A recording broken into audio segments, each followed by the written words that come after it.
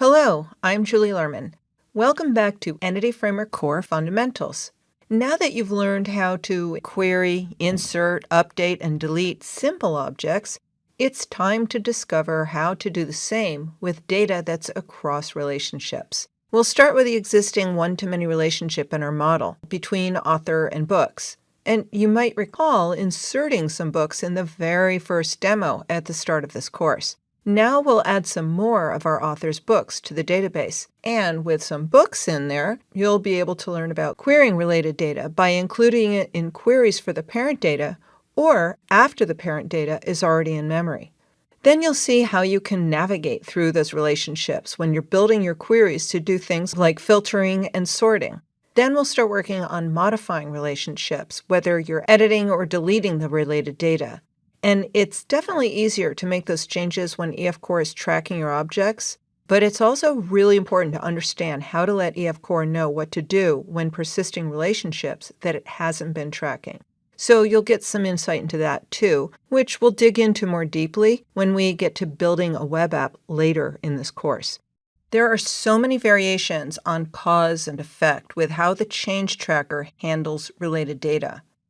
And we'll use our one-to-many relationship to learn from, which means you'll need to buckle up for this module. But when we start looking at other types of relationships in the following modules, you'll already have the benefit of understanding so much of this behavior. So those will be a lot lighter. So let's get started. First, we need to get some more books into the database, and we can do that for existing authors, or we can add any new authors and their books that have come under the publisher's umbrella. Remember that an author can have one or more books, and the book class has an author property and an author ID property, which is a foreign key that connects it back to an author. And in the database, this results as a primary key foreign key constraint, which we also fondly refer to as a PKFK constraint. In the program class, I have a new method where I'm creating a new parent-child graph. That's a new author with a new book in its books collection. Then I'm calling the author's dbSetAdd method, passing in the new author object graph to tell the context to begin tracking the author and whatever's attached to it. I'd like to pause for a moment to make sure you know what I mean by the word graph. This is a common software term for a connected set of related data in memory. So when I say I have a graph of author and books in memory, that means an author object with some books in its books property. And you may have a different focal point for a head of a graph. You could have a variable that represents one of those books in the graph, but through that book variable, you still have access to the rest of the connected objects that are in memory, even a parent author object. So we would even refer to that book variable as a graph.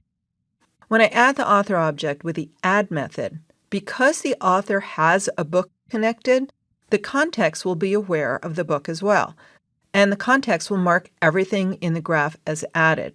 And when I call save changes, because it understands the parent-child relationship, it first inserts the author, and like you saw earlier, it then returns the database-generated ID of that new author data.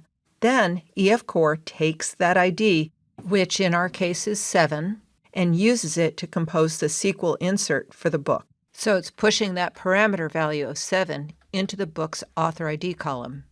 You may be familiar with having to write that explicit code in olden times of programming without the benefit of an ORM to do that work for you. If there were multiple new books in the books list property, as I'm doing the next method, notice in the log that after the parent is inserted and EF gets back the value of the new key, it's using that value to insert both of the quotes.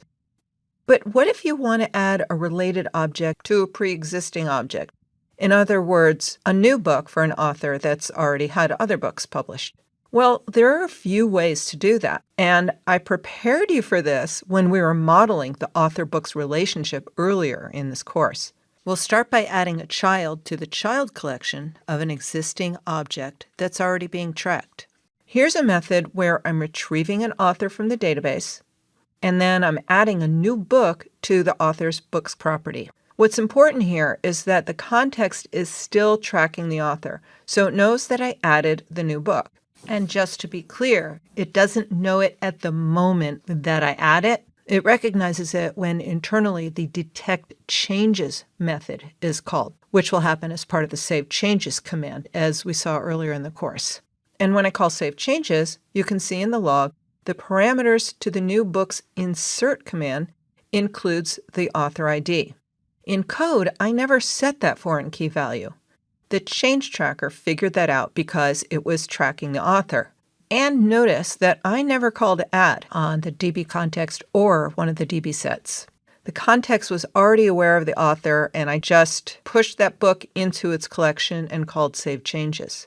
Even though you just saw that you don't need to call add in this scenario, I want to be very sure you're aware of a problem that would occur if for some reason you use the DB context author's add method to make sure the book got added to the database. If you're new to working with EF-Core, this may not be obvious yet.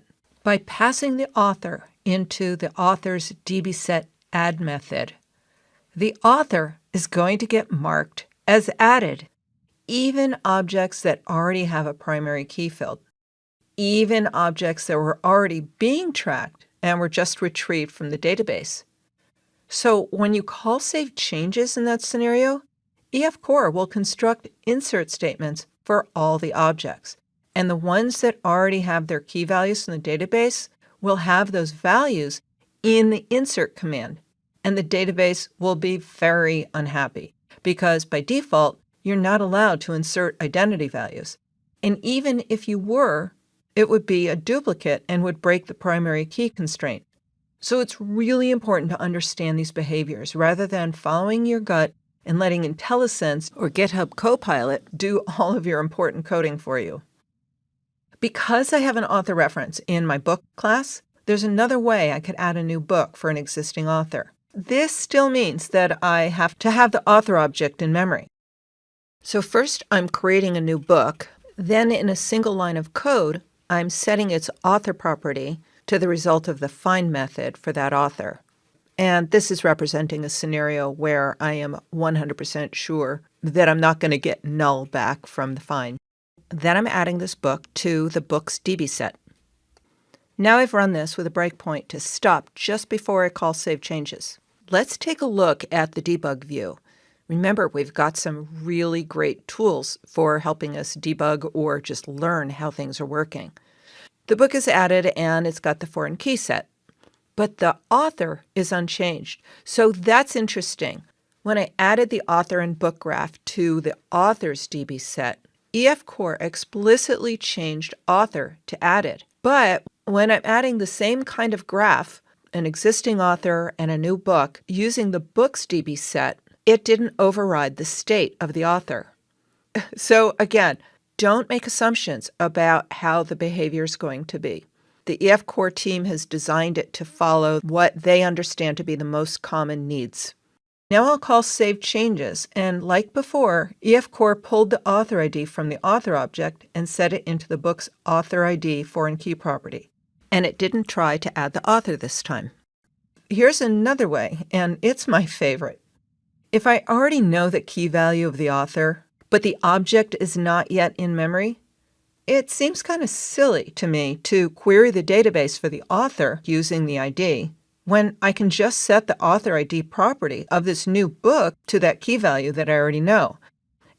Another bonus is that I don't have to worry about accidentally trying to reinsert the author object.